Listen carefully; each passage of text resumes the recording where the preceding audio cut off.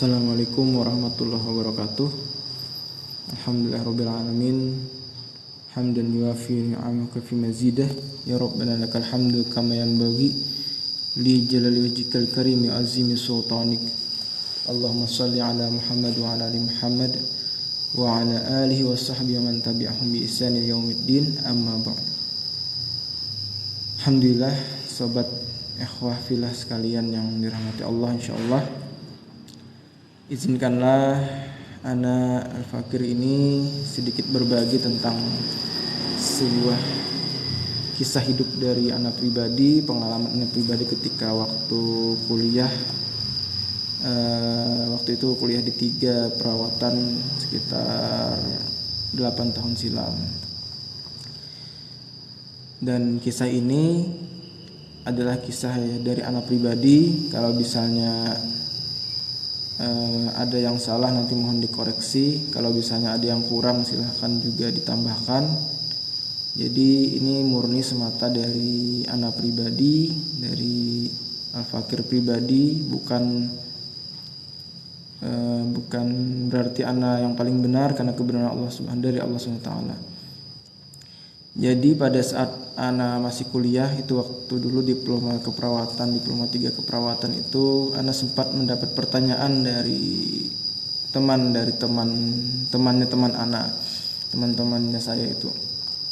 Dia bertanya, kita nih udah tahu nih, seringkali kita udah tahu gimana cara sholat, tata cara sholat itu gimana, apa rukunnya, apa syarat sahnya, apa sunah-sunah dalam sholat itu seperti apa. Tapi yang ingin aku tanyakan, ingin saya tanyakan, untuk apa sih kita sholat itu? Untuk apa kita harus sholat seperti ini, seperti itu? Terutama sholat 5 waktu ya. Untuk apa kita sholat 5 waktu? Untuk apa kita mendirikan sholat dengan rukun-rukunnya seperti itu, khusyuk, tumakninah. Padahal kan Allah itu maha kuasa ya. Allah itu tidak perlu ibadah kita, dan Allah itu maha menakdirkan segala sesuatu. Jadi kalau Allah ingin berkehendak, tidak perlu kita susah payah kita masuk surga. Kalau Allah ingin berkehendak, tidak perlu kita sholat seperti apapun, itu Allah bisa, karena Allah maha segala, kata dia. Jadi dia bertanya kepada anak Al-Fakir ini. Jadi anak sempat mikir tuh, pertanyaannya agak sulit, kenapa kita harus sholat sementara Allah itu maha kuasa.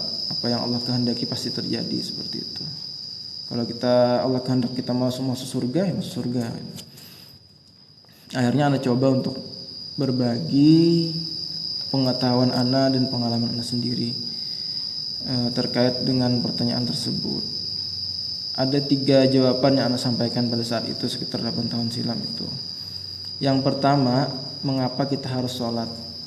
Jadi kita harus kembali lagi kepada tujuan hidup kita. Tujuan hidup kita atau goals hidup kita itu apa? Seringkali orang berpikir tujuan hidup kita itu, ada yang berpikir tujuan hidup itu adalah harta, sebanyak-banyaknya bisa menjadi orang kaya, miliarder, crazy rich ya sekarang namanya. Ada yang punya tujuan hidup itu adalah jabatan, mau jadi anggota dewan, jadi gubernur sampai presiden, mau jadi orang terpandang di tempatnya. Ada yang tujuan hidupnya mengejar cinta dari pasangannya. Ada tujuan hidupnya itu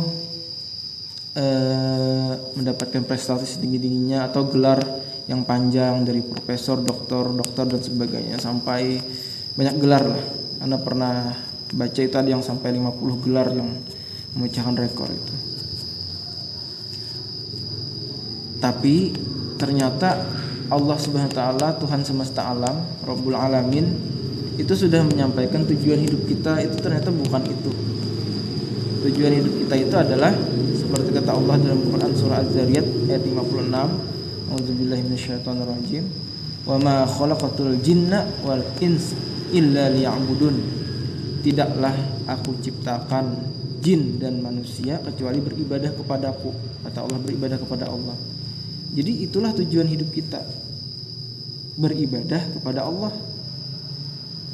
Insya Allah kalau orang yang paham dan mengerti dan mengamalkan tujuan hidup ini, tidak ada istilah putus asa, tidak ada istilah patah hati, apalagi sampai bunuh diri.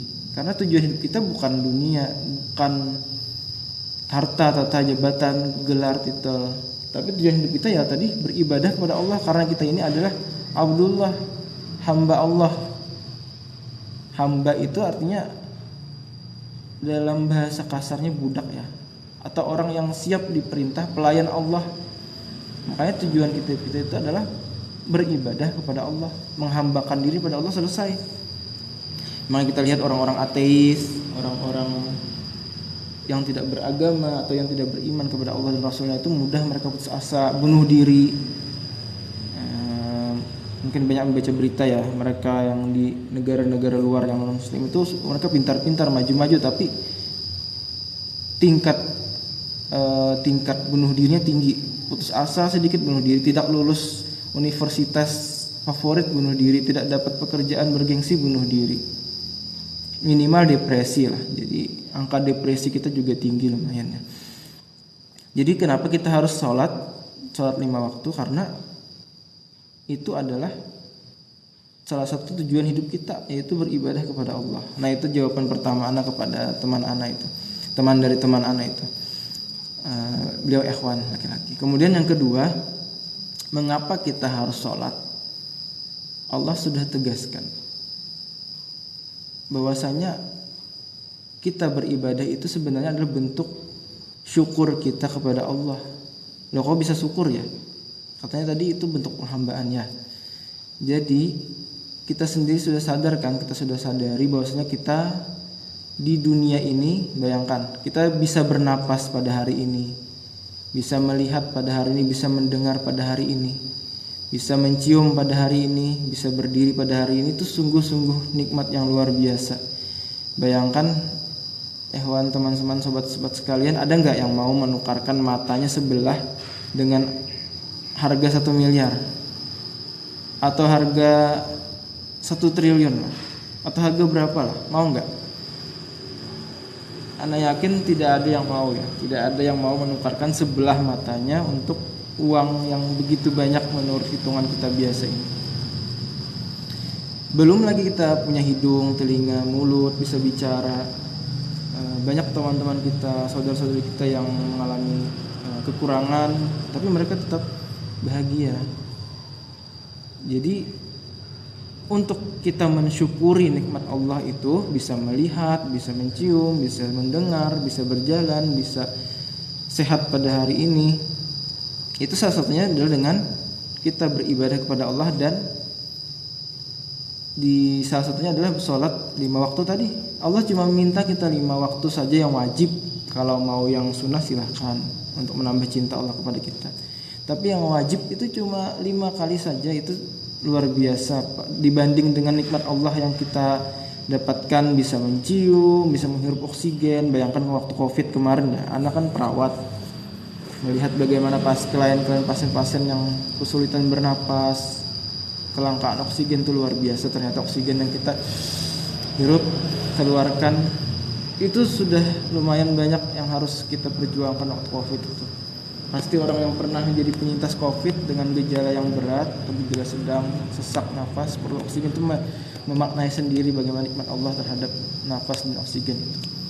Makanya kata Allah, la in syakartum, dalam Quran surah Ibrahim ayat 7, la'udzubillahi minasyaitonir rajim, la in syakartum la azidannakum wa la in kafartum inna azabi la syadid.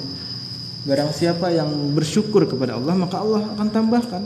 Barang siapa yang taat pada Allah, sholat 5 waktu, puasa Ramadan, baca Al-Quran, zakat, kemudian haji bagi yang mampu, dan amalan sunnah lainnya, berzikir segala macam, maka akan Allah tambahkan apa? Berkah di dalam hidupnya, berkah dalam hatinya, batinnya tenang, hidupnya bahagia, walaupun gajinya kecil tapi rezekinya banyak.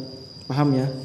Gajinya misalnya 1 juta tapi rezekinya banyak, dia tidak pernah sakit, anaknya itu, ya kalau dia punya anak tidak pernah membantah orang tua, kalau dia punya istri-istrinya baik, solehah, menjaga dirinya, sayang pada suaminya, atau sebagai punya istri, punya suami sayang pada istrinya. Jadi Allah akan tambahkan keberkahan itu.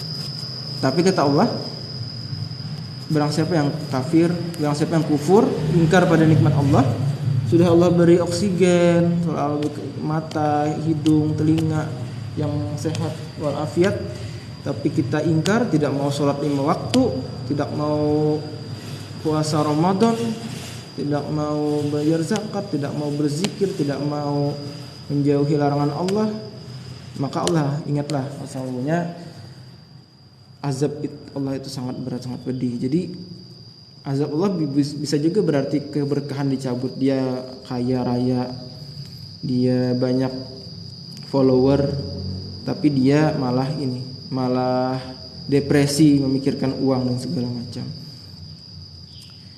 Jadi itu yang kedua, kenapa kita harus sholat, adalah agar kita bentuk syukur kita kepada Allah, agar Allah tambahkan keberkahan kita. Dan yang ketiga, yang terakhir yang Anda sampaikan kepada teman anak itu adalah kenapa kita harus sholat. Karena sholat dalam hadis riwayat At-Tirmizi, An-Nasa'i, Abu Daud dari sahabat Abu Hurairah radhiyallahu anhu itu, sholat itu adalah amalan pertama yang akan dihisab, akan dihitung di hari kiamat kelak. Apabila sholatnya bagus, kata Allah, maka orang itu akan beruntung. Tapi kalau pas dihisab, dihitung, dinilai sholatnya itu buruk, nanti di hari kiamat, maka dia akan merugi. Jadi boleh jadi antum, kita sekalian itu ahli sedekah, dermawan, ahli puasa, tapi sholat kita buruk, atau bahkan tidak pernah sholat kecuali pada saat hari raya atau pada saat hari Jumat saja, tidak pernah semua sholat 5 waktu.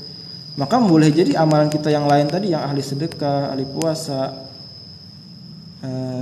banyak membangun masjid malah ya, itu boleh jadi rusak karena kita tidak pernah memperbaiki sholat kita dan tidak pernah sholat 5 waktu. Karena sholat itu yang utama, sholat itu yang jadi pilar pertama kita, yang akan dihitung pertama, dinilai pertama, frontline-nya itu sholat.